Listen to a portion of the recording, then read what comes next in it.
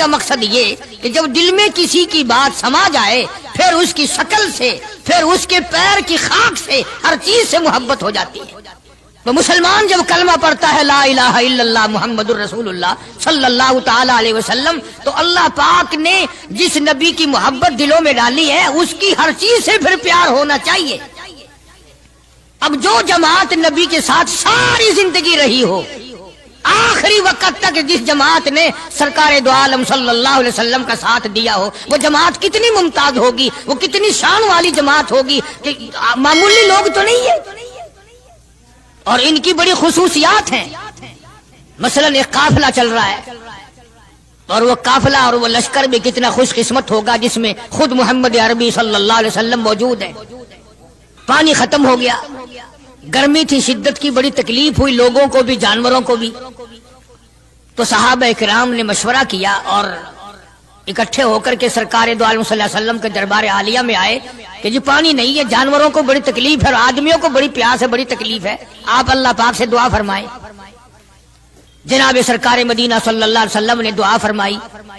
آواز آئی میرے محبوب موسیٰ علیہ السلام نے بھی پانی مانگا تھا، میں نے ان کو پانی دیا۔ اس طریقے سے قرآن کہتا اضرب بعصاک الحجر، لکڑی پتھر میں مارو، انہوں نے پتھر میں آسا مارا، ہم نے فانفجرت من حسنتا عشرت عینا، ہم نے 12 چشمے جاری کر دیے تھے، موسیٰ علیہ السلام نے لکڑی ماری۔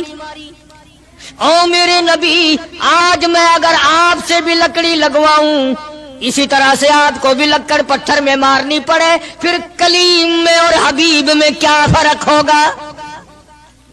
وہ کلیم اللہ ہے، آپ حبیب اللہ ہیں، آپ کو لکڑی مارنے کی ضرورت نہیں۔ یہ پیاری پیاری انگلیاں جو یتیم کے سر پہ پھرتی ہیں، یہ پیاری پیاری انگلیاں جو ہر صحابی کے ساتھ مسافہ ہونے میں ملتی ہیں، غریبوں کے لیے دعا کے لیے اٹھتی ہیں، میرے محبوب صلی اللہ علیہ وسلم یہی پیاری پیاری انگلیاں ایک پانی کے برتن میں آپ رکھ دیں، مجھے اپنی کبریائی کی قسم سارے قافلے کو ان انگلیوں سے نکلا ہوا پانی پلا دوں گا۔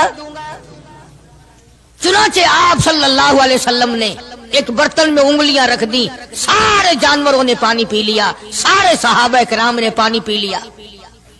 اب میں نے عرض کر دیا ایک واقعہ اور آپ نے سن لیا، لیکن طے کو آپ نہیں پہنچے، اصل تو میں بھی نہیں پہنچ سکتا، میرا ادراک اتنا کہاں کہ پیغمبر کی باتوں کو میں 100% سمجھ سکوں، نہیں سمجھے۔ ارے پانی اور چیز ہے، دنیا سوڈے پیتی ہے، شربت پیتی ہے، جوس پیتے ہیں، طرح طرح کی چائے پیتے ہیں، دودھ پیتے ہیں، طرح طرح کے ملکوں کا پانی پیتے ہیں، سب جگہ ہر چیز پی ہوگی، ہزاروں مشروبات پیے ہوں گے، ہزاروں شربت پیے ہوں گے، ہزاروں قسم کے سکیش پیے ہوں گے، پر خدا کی قسم ابو بکر اور بلال اس جماعت کے جوان ہیں جنہوں نے حضور کی انگلیوں سے نکلا ہوا پانی پیا۔ یہ سعادت ہر ایک کو کیسے مل سکتی ہے؟ انہی لوگوں کو اللہ تبارک و تعالیٰ نے یہ مقام بخشا تھا کہ خداوند عالم نے ان کو اتنی بڑی عظمت عطا فرمائی۔ اور میں تو یہ کہا کرتا ہوں کہ صحابہ کرام کی نمازوں کو بھی ایک طرف رکھو، روزوں کو بھی ایک طرف رکھو، جہاد کو ایک طرف رکھو، ان کی فاقہ اور ان کا پیاسا مرنا اللہ کے راہ میں، ان ساری چیزوں کو ایک طرف رکھو۔ یہ بات ان کی کوئی کمی ہے کہ آنکھ بلال کی ہو اور امام الانبیاء کا چہرہ انور ہو؟ ہم تو ان لوگوں میں سے ہیں، ہمارے یہاں دارالعلوم دیوبند میں خزانے میں ایک چیز محفوظ ہے، 150 سال سے، 150-200 سال سے ایک چیز موجود ہے، سال بھر میں کبھی خاص موقع پر اس کا دیدار کرایا جاتا ہے، زیارت کرائی جاتی ہے۔ یہ میں صفائی نہیں دے رہا، کئی لوگ کہتے ہوں گے جی دیوبندیوں کی صفائی دیتا ہے، بلکہ میں اپنا عقیدہ اور اپنے بزرگوں کا پروگرام بتاتا ہوں کہ ایسے تھے لوگ۔ دارالعلوم دیوبند کے خزانے میں ایک رومال ہے، وہ رومال وہ ہے جس رومال میں تقریباً 200 برس محمد عربی صلی اللہ علیہ وسلم کا استعمال کردہ پہنا ہوا جبہ مبارک لپٹا رہا، یعنی یہ رومال حضور صلی اللہ علیہ وسلم کا استعمال کردہ نہیں، آپ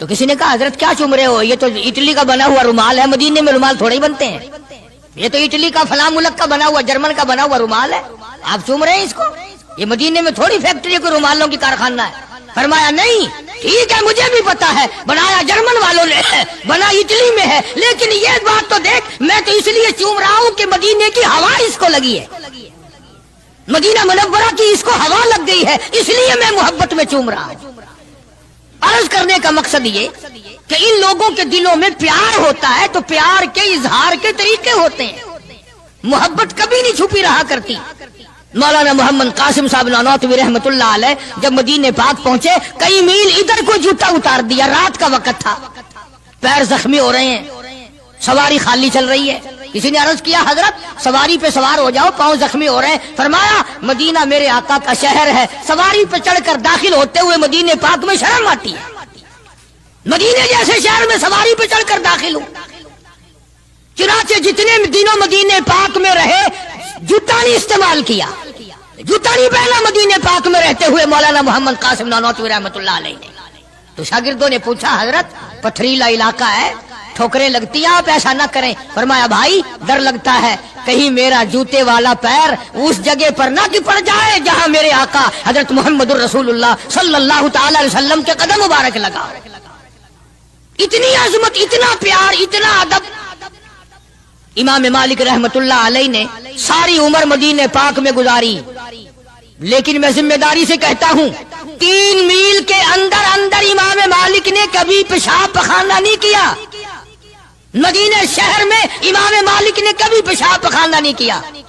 فرماتے تھے میرے آقا کا شہر ہے، مجھے شرم آتی ہے، اس کا نام عظمت ہے، اس کا نام محبت ہے۔ 2 غزلیں گا لینا یا 2-4 شعر پڑھ لینا اور نہ نماز پڑھنا، نہ روزے رکھنا، نہ قرآن کی تلاوت کرنا، نہ درود شریف کا ورد کرنا اور نہ صحابہ کرام کا ذکر خیر کرنا، یہ محبت کا معیار تمہیں بتایا کس نے ہے؟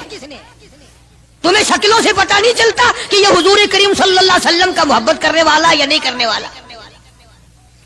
کیسے محبت کا معیار اپنا سکتے ہیں وہ لوگ، چرس پینے والے، فیم کھانے والے، بھنگ پینے والے، کتوں سے ہر وقت کھیلنے والے، وہ کبھی آقا دو عالم صلی اللہ علیہ وسلم کے خادم ہو ہی نہیں سکتے۔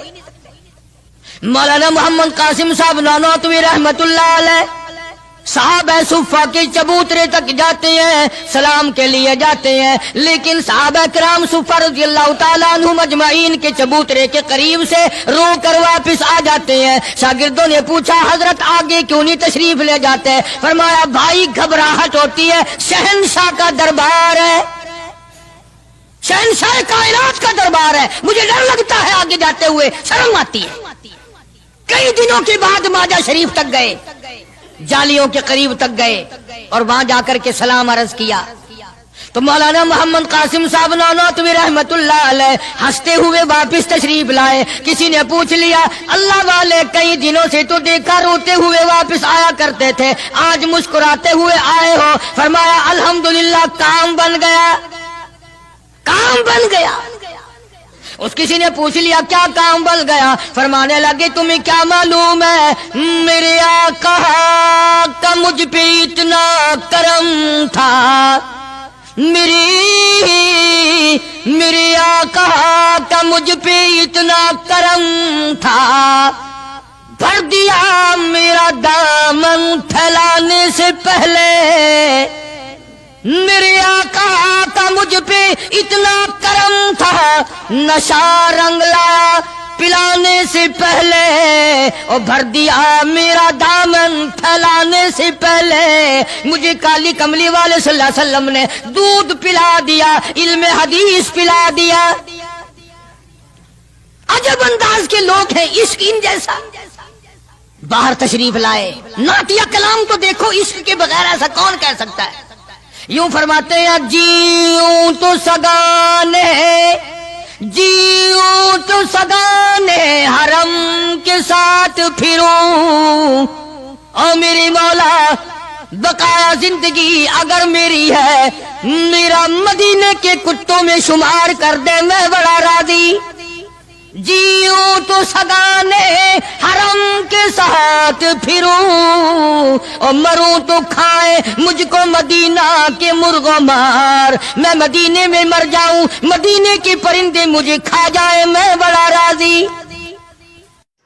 لوگوں کو نیکیوں کا حکم کرتے ہو، لوگوں کو نیکیاں بتاتے ہو، لوگوں کو اچھے اعمال کی طرف بلاتے ہو، وَتَنْسَوْنَ أَنفُسَكُمْ، حالانکہ اپنے آپ کو بھلا بیٹھے ہو، وَأَنْتُمْ تَتْلُونَ الْكِتَابَ،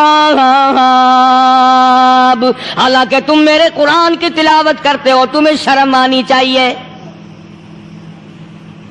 مسلمان ہو کر اور جن لوگوں نے رمضان مبارک کا اکرام نہیں کیا، احترام نہیں کیا، رمضان میں زنا جیسا برا فعل کرتے رہے، رمضان میں بھی جوا کھیلتے رہے، رمضان مبارک میں بھی شراب پیتے رہے، رمضان مبارک میں بھی فلم دیکھتے رہے۔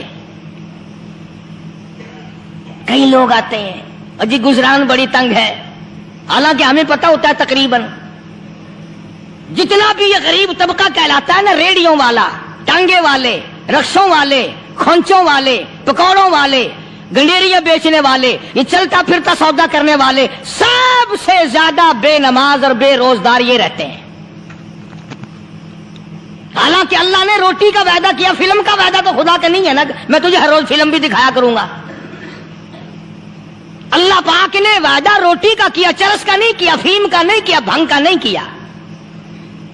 سگریٹ کا وعدہ خدا نے نہیں کیا میں تجھے سگریٹ بھی پلایا کروں گا۔ پھر منہ بنا کر کے بیٹھ جاتے ہو جی خرچے پورے نہیں ہو رہے، اور کیسے خرچہ پورا ہو؟ اللہ پاک روزی دیتا ہے، تو ہوا میں اڑاتا ہے، بدماشیوں میں اڑاتا ہے، لوفری میں پیسے کو اڑاتا ہے۔ آج مسلمان کا ذہن تو دیکھو کہ وہ نماز کی قدر نہیں، رمضان کی قدر نہیں، قرآن کی قدر نہیں، اور پھر مرتے ہوئے کہتے ہیں یا اللہ ہم مسلمان اور ہم مر رہے ہیں۔ تو مریں گے کیسے نہیں؟ کون ساتھ دے گا جب تم کسی کے بنوئی گیری، تمہارے ساتھ کون لگے گا؟ بھئی کسی کا کنٹیکٹ امریکہ سے ہے، کسی کا تعلق امریکہ سے، کسی کا تعلق روس سے، کسی کا چائنا سے، کسی کا فرانس سے، مسلمان کا خدا سے۔ جب مسلمان کا تعلق خدا سے ہٹ گیا، اب چاہے یہ اسرائیلی مارے، یہودی مارے، امریکی مارے، روسی مارے، کوئی بھی مارے، وہ تو مارے گا۔ آج ہم نے مزاج بدل دیا، طبیعتیں بدل گئی، ماحول اور معاشرے کا بیڑا غرق کر دیا، چھوکروں کی ذہنیت خراب ہو گئی، نوجوان تباہ ہو گیا۔ تم نے بچوں کو مسجد کی طرف لگایا نہیں، کالج اور سکول کے معاشرے نے، ٹیلی ویژن اور گندے ماحول نے بیڑا غرق کر دیا گھروں کا۔ شرم آنی چاہیے ماں باپ، ڈوب کے مر جائیں وہ ماں باپ جن کی اولاد رات دن بکواس کرتے فلم دیکھتی پھرتی ہے، تم کیوں نہیں منع کرتے؟ پہلے چشم پوشی سے کام لیتے ہیں، کوئی گل نہیں جی منڈا ٹھنڈا ہے، جدو منڈا پہ سوٹا سر تے ماردا پھر روندے، پھر بھی آخیا کرو نا کوئی گل نہیں، ایک سوٹا ماں دے سر وچ مار گیا منڈا ٹھنڈا ہے۔ چھوٹے چھوٹے بچوں کو مسجد کی طرف نہیں لگاتے، چلو نماز جنازہ بچے سیکھ جائیں گے، چلو قرآن کریم پڑھ جائیں گے، چلو پانچوں کلمے یاد کر جائیں گے، چلو نماز صحیح سیکھ جائیں گے، بچوں کو دین کی طرف لگانے کا ماحول نہیں رہا۔ بنیاد غلط ہوگی تو عمارت ساری غلط جائے گی۔ اس لیے خدا کہتا ہے کہ تم کافروں کو تو کہتے ہو ہم مسلمان ہیں، یہودیوں کے مقابلے میں کہتے ہو ہم مسلمان ہیں، عیسائیوں کے مقابلے میں کہتے ہو ہم مسلمان ہیں، ہندوؤں اور سکھوں کے مقابلے میں کہتے ہو ہم مسلمان ہیں، اور جب تمہیں دیکھا جائے تو تم یہودیوں سے بھی آگے، عیسائیوں سے بھی آگے، ہندو سکھوں سے بھی آگے۔ چلو میری بات نہیں مانتے، اقبال کی تو مانو۔ ڈاکٹر اقبال کہتا ہے یوں تو سید بھی ہو، مرزا بھی ہو، افغان ہو تم، یوں تو سید بھی ہو، مرزا بھی ہو، افغان ہو تم، مالک مصر ہو، حاکم ایران ہو تم، اور پھر اتنا تو بتاؤ کیا مسلمان بھی ہو تم؟ یہ تو پہلے بتاؤ کہ تم مسلمان بھی ہو کہ نہیں۔ مسلمان یوں ہوا کرتے، آنکھ مسلمان والی نہیں، زبان مسلمان والی نہیں، ہاتھ مسلمان والا نہیں، دل مسلمان والا نہیں، نیت مسلمان والی نہیں، یہ مسلمانی ہے؟ صحابہ اکرام رضوان اللہ تعالی علیہم اجمعین، اللہ تعالیٰ کی کروڑ رحمتیں نازل ہو حضرات صحابہ اکرام کی قبروں پہ. دربار رسالت ہے، سب کہہ دو صلی اللہ علیہ وسلم. سبحان اللہ، کتنے خوش نصیب تھے وہ لوگ جو محمد کریم صلی اللہ علیہ وسلم کی مجلس میں بیٹھا کرتے تھے. کانوں میں آواز آتی تھی مصطفیٰ کریم کی، دیدار ہوتا تھا امام الانبیاء کا. کتنے خوش نصیب تھے یہ لوگ. جنگ سے واپس آئے صحابہ کرام، ایک لڑکی کو پکڑ کے لائے جو لڑنے آئی تھی، کفار کے ساتھ مل کر مسلمانوں کا مقابلہ کرنے آئی. میدان جہاد میں سے صحابہ کرام پکڑ کے لائے. قیدی ہے، کافرہ عورت ہے، غیر مسلم ہے. شہنشاہ کائنات حضرت محمد الرسول اللہ صلی اللہ تعالی علیہ وسلم کے دربار میں لا کے بٹھا دیا. ننگے سر ہے، ننگے منہ ہے، ننگے ہاتھ پیر ہیں. اللہ اکبر. کبھی آپ نے سوچا نہیں کہ تو کتنے بڑے نبی کا امتی ہے، کتنے بڑے سردار کا غلام ہے. رحمت والی چادر اتار کر فرمائی، او بلال یہ میری چادر لے لے، اس لڑکی کے سر پہ ڈال دے، پردہ کرا دے. عرض کیا گیا کسی کافر کی لڑکی ہے، یہودی کی لڑکی ہے، عیسائی کی لڑکی ہے، غیر مسلم کی لڑکی ہے، میدان جہاد سے گرفتار کر کے لائی گئی، قیدی لڑکی ہے، لڑنے آئی تھی، مارنے آئی تھی، اسلام کی دشمن ہے، دین کی دشمن ہے، قرآن کی دشمن ہے، مذہب کی دشمن ہے، خدا اور اس کے رسول کی دشمن ہے. اللہ تعالیٰ کے نبی حضرت محمد کریم صلی اللہ علیہ وسلم نے فرمایا، او لوگو ٹھیک ہے لڑکی کافر کی ہے، کفر کی حالت میں پلی ہے، کفر لانے آئی ہے، کفر کو بچانے آئی ہے، اسلام کا مقابلہ کرنے آئی ہے، اسلام کو مٹانے کے لیے آئی ہے. پر اے میرے دیوانوں یہ تو بتاؤ، اپنے باپ کافر کے دربار میں بھی ننگے سر بیٹھے اور میں کالی کملی والے کے دربار میں بھی ننگی بیٹھے.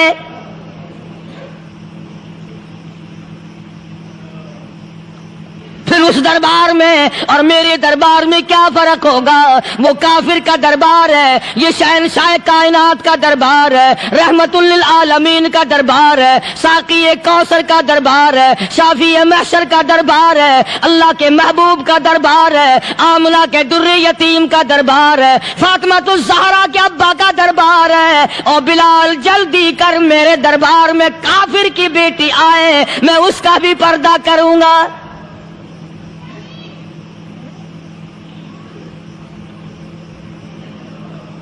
حضرت بلال رضی اللہ تعالی عنہ نے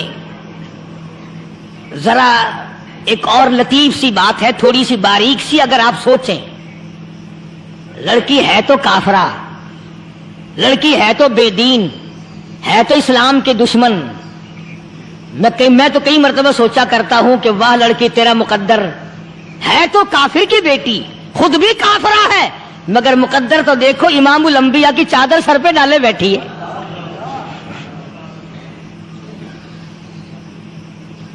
کہاں سوچیں یہ چیزیں، ہمارے دماغ یہاں تک کہاں رسائی کرے. آمین. میرا تو دل چاہتا اگر میں ہوتا اس کافر بیٹی کی پاؤں دھو کر پی لیتا. تو ایڈی مقدروں والی، تو اینی خوش نصیب، ابھی ابھی قیدی بن کر آئی، ابھی ابھی ہاتھوں میں ہتکڑی تھی اور ابھی ابھی سر پہ رحمت دو عالم کی رحمت والی چادر ہے.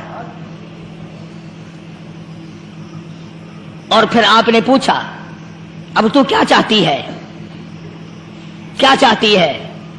اللہ اکبر. کہنے لگی میرے گھر پہنچا دو، میں اپنے گھر جانا چاہتی ہوں. دو نوجوان صحابہ کو بلایا، فرمایا کہ انسانی رشتے کا تقاضا ہے، لڑکی نے ہم سے پناہ مانگی اور اپنے گھر جانا چاہتی ہے، ہم نے اس کو معاف کر دیا، جاؤ گھر چھوڑاؤ. اب گھر پہنچانے کا مطلب یہ تو تھا نہیں کہ حسین گائی پہنچا دو، دولت گیٹ پہنچا دو، خدا جانے کتنی دور گھر ہوگا، لڑنے جو آئی تھی. یوں لکھا ہے علماء اکرام نے، ذرا توجہ کریں. اور سچی بات تو یہ ہے، اپنے دامن میں بھی ہاتھ مار کے دیکھو کہ ہم کیسے ہیں. محمد الرسول اللہ صلی اللہ علیہ وسلم کے دو جوان دیوانے ساتھ ساتھ اس کے چلتے ہیں، ایک ادھر چل رہا ہے ایک ادھر چل رہا ہے، جنگل کا راستہ ہے، رات بھی راستے میں آئی ہے۔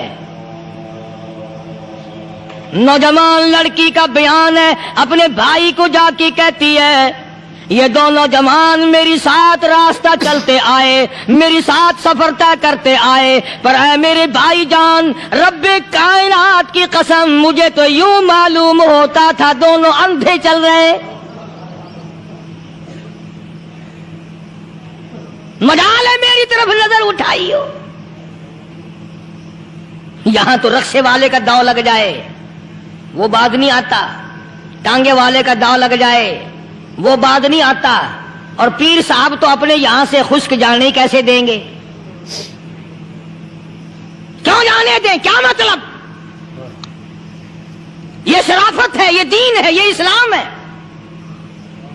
مسلمان کی بیٹی کی عزت پہ ڈاکے ڈالنا، خدا کی قسم اگر اسلام کی حکومت ہو اور جس نبی کا تو نام لے کر جنت میں جانا چاہتا ہے، اگر نبی کا قانون زندہ ہو، قرآن کا قانون عدالت میں ہو، آنکھیں نکال دی جائیں۔ بے غیرت قوم، بے حیا اور بے شرم قوم، شرم نہیں آتی کہ زندگی کس طرح بسر ہوتی ہے۔ یہ کافروں کی بیٹیاں ہیں، یہ کسی یہودی کی بیٹیاں ہیں۔